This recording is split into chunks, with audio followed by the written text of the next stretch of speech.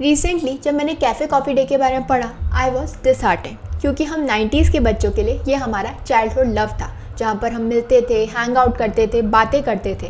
और ये जो चेन थी, it was famous for its relaxed ambience, coffee blends और एक ऐसा मेन्यू जो कि असॉर्टमेंट था स्नैक्स, डेजर्ट और बेवरेजेस का।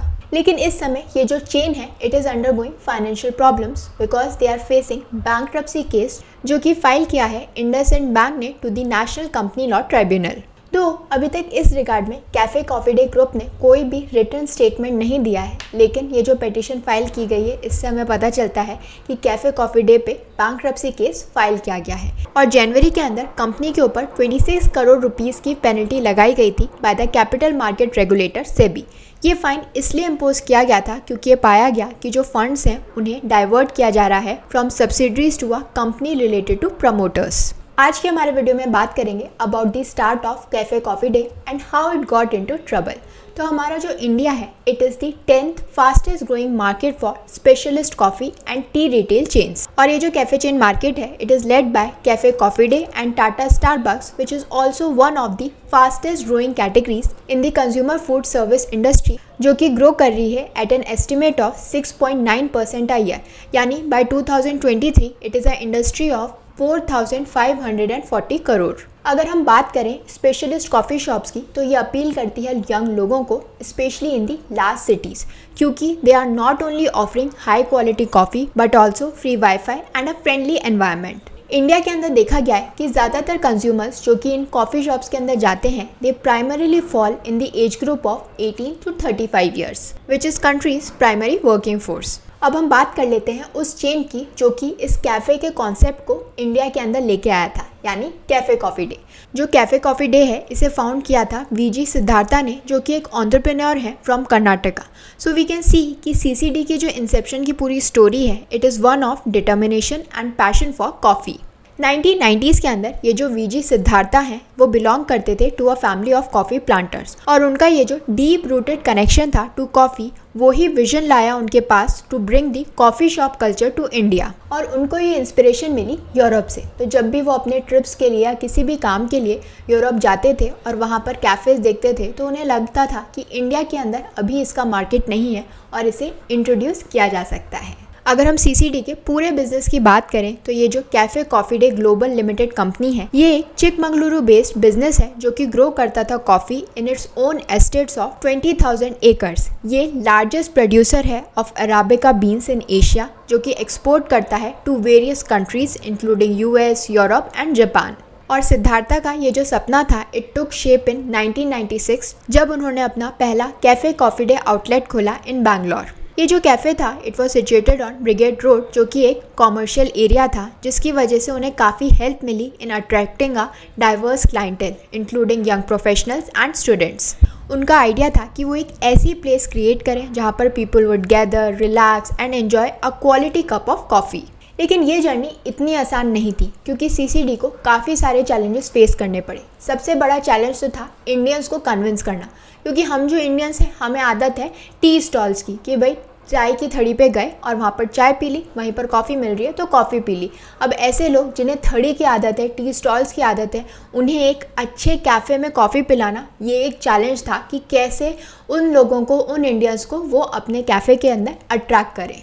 इस हर्डल को ओवरकम करने के लिए सिद्धार्थ और उनकी टीम ने एक इनोवेटिव मार्केटिंग कैंपेन स्टार्ट की, जहां पर वो प्रमोट कर रहे थे कॉफ़ी को as a youthful and trendy beverage associated with conversations. और उनकी ये जो अप्रोच थी, it struck a chord with the younger generation and gradually attracted a loyal customer base. और बैंगलोर के कैफ़े की सक्सेस की वजह से सिद्धार्थ को काफ़ी एनकरेजमेंट मिला कि वो अपनी जो चेन है उसे आगे बढ़ा सके। सो वी कैन सी कि ये जो कॉफ़ी कैफ़े डे की जो ग्रोथ थी, वो ग्रेजुअल थी बट इट वाज स्टेडी। सो जैसे जैसे कैफ़े कॉफ़ी डे को पॉपुलैरिटी मिलती रही, वैसे वैसे उनके जो आउटलेट्स हैं वो खुलते गए across various cities and towns in India. And over time हमने देखा कि जो कैफ़े कॉफ़ी डे शॉप था, it became synonymous with the Indian coffee shop experience. ये वो जगह बन गई विच फॉस्टर्ड अ कल्चर ऑफ अड्डा, यानी जहाँ पर इनफॉर्मल गैदरिंग्स हो रही हैं, डिस्कशंस हो रहे हैं, लोग कॉफ़ी पे मिल रहे हैं, बॉन्ड कर रहे हैं। और आज भी ये जो सीसीडी की लेगेसी है, it continues and the coffee chain remains a prominent player in the Indian cafe industry, carrying forward the vision and passion of its founder.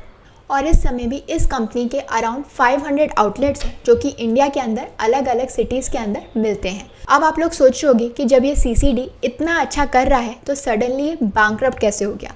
तो अब हम बात कर लेते हैं उन चैलेंजेस की जो कि सीसीडी को फेस करने पड़े। सबसे पहला स्ट्रगल था फाइनेंशियल स्ट्रगल। तो कंपनी के जो फाउंडर थे वीजी सिद्धार्थ, उन्होंने फेस किए पर्सनल फाइनेंशियल प्रेशर्स, जिसकी वजह से सीसीडी की जो फाइनेंशियल हेल्थ थी वो भी अफेक्ट हुई। और मिड 2019 के अंदर जब सिद्धार्था की ट्रैजिक डिमाइस हो गई, it led to concerns about the company's debt and financial liabilities. Next challenge था इंटेंस कंपटीशन। तो इंडिया की जो ये कैफे इंडस्ट्री है, it had become highly competitive over the years with the entry of various international coffee chains and the growth of local cafes. और इसी increase competition ने काफ़ी प्रेशर डाला on CCD's market share and profitability. Next challenge was rising real estate cost. तो CCD की जो expansion strategy थी, it involve opening outlets in prime locations जैसे कि मॉल और कॉमर्शियल हब्स। लेकिन जैसे जैसे जो रियल एस्टेट की कॉस्ट थी वो बढ़ती गई, it became challenging for the company कि कैसे वो अपनी प्रेजेंस मेंटेन कर सके इन high demand areas without impacting it's bottom line. Next problem was high operating cost. तो अगर आपको कॉफ़ी चेन चलानी है, कॉफ़ी शॉप चलानी है, तो it involves various operational expenses which includes rent, staff wages, raw materials and maintenance cost. और क्योंकि जो कंपनी थी वो एक्सपैंड कर रही थी, so managing these overheads efficiently it became crucial to maintaining profitability. Next problem was online delivery services. तो ये जो ऑनलाइन फूड डिलीवरी प्लेटफॉर्म्स थे ये काफ़ी पॉपुलर हो गए, ऑब्वियसली क्योंकि ये कस्टमर्स को ज़्यादा कन्वीनियंस और वाइड रेंज ऑफ ऑप्शंस दे रहे थे। और इसी वजह से जो सीसीडी जैसे कैफ़ेज़ थे उनके लिए ये बहुत ही चैलेंजिंग हो गया, because they needed to adapt to the changing dynamics of consumer behaviour and preferences. And last problem was the brand perception. क्योंकि ये जो सीसीडी था वो एक प्रोमिनेंट और वाइडली रिकग्नाइज ब्रांड था, सो उसकी वजह से उसे काफ़ी सारे चैलेंजेस फेस करने पड़ते थे of maintaining it's reputation and brand image amidst competition and external challenges. I hope कि अब आप लोगों को समझ में आ गया होगा कि सीसीडी कैसे स्टार्ट हुआ और ग्रेजुअली क्या क्या प्रॉब्लम्स, क्या क्या चैलेंजेस सीसीडी को फेस करने पड़े कि आज वो इंसॉल्वेंसी, बैंकरप्सी की कगार पे पहुंच गया है। अब हम बात कर लेते हैं सीसीडी के इंसॉल्वेंसी केस की। कॉफ़ी डे ग्लोबल लिमिटेड, जो कि ओन और ऑपरेट करते हैं दी popular coffee chain cafe coffee day, उन्होंने 24 जुलाई को वर्बली बताया था कि ये जो कंपनी है it was admitted for corporate insolvency by the Bengaluru bench of the national company law tribunal. और नेशनल कंपनी लॉ ट्राइब्यूनल ने ये ऑर्डर पास किया है over a plea filed by a financial creditor of the company, जिसमें claim किया जा रहा है a due of 94 crore rupees on the coffee day enterprises limited, जो कि पेरेंट कंपनी है। और ये जो एप्लीकेशन है it has been admitted under section 7 of insolvency and bankruptcy code for initiating corporate insolvency resolution process for rupees 94 crore. लेकिन ये जो ऑर्डर है वो इस समय एक ओरल ऑर्डर है, इसीलिए coffee day enterprises limited wait कर रही है for a written order from the national company law tribunal. अगर हम इनकम की बात करें तो ये जो कॉफ़ी डे एंटरप्राइजेज लिमिटेड है, इसकी जो कंसोलिडेटेड टोटल इनकम थी in the year 2022 to 23, it was 920.41 crore rupees and they reported a loss of 67.77 crore rupees in that particular year। और ये जो कंपनी है ये ओन करती है around 495 cafes in 158 cities and 285 CCD value express kiosks. अगर हम सेक्शन 7 की बात करें of the insolvency and bankruptcy code, तो ये डील करता है with the initiation of the corporate insolvency resolution process by financial creditors. तो ये जो सेक्शन 7 है ये राइट देता है फाइनेंशियल क्रेडिटर को कि वो इनिशिएट कर सकते हैं insolvency resolution process against a corporate debtor in case of default. अब आप लोग सोच रहे होंगे कि ये फाइनेंशियल क्रेडिटर होता कौन है। तो ये कोई भी पर्सन हो सकता है to whom a financial debt is odd.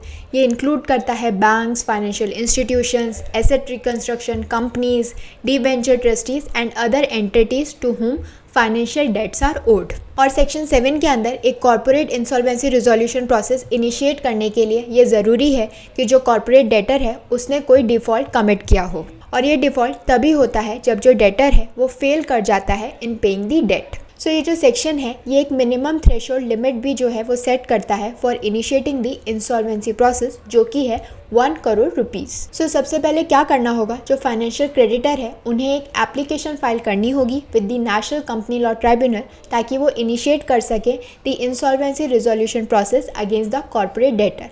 और ये जो एप्लीकेशन है it must be filed within 3 years from the date of the default. और जैसे ही नेशनल कंपनी लॉ ट्राइब्यूनल इस एप्लीकेशन को एडमिट कर लेती है अंडर सेक्शन 7, वो डिक्लेयर करती है एक मॉरेटोरियम। ये एक ऐसा पीरियड होता है, एक स्टैंड स्टिल पीरियड होता है during which no legal action can be taken against the corporate debtor. And upon admission of the application एक रिजोल्यूशन प्रोफेशनल अपॉइंट किया जाता है ताकि वो मैनेज कर सके affairs of the corporate debtor during the insolvency resolution process. So this was all about the journey of Cafe Coffee Day. I hope this information was helpful to all of you. Please do like, share and subscribe to my channel. Thank you.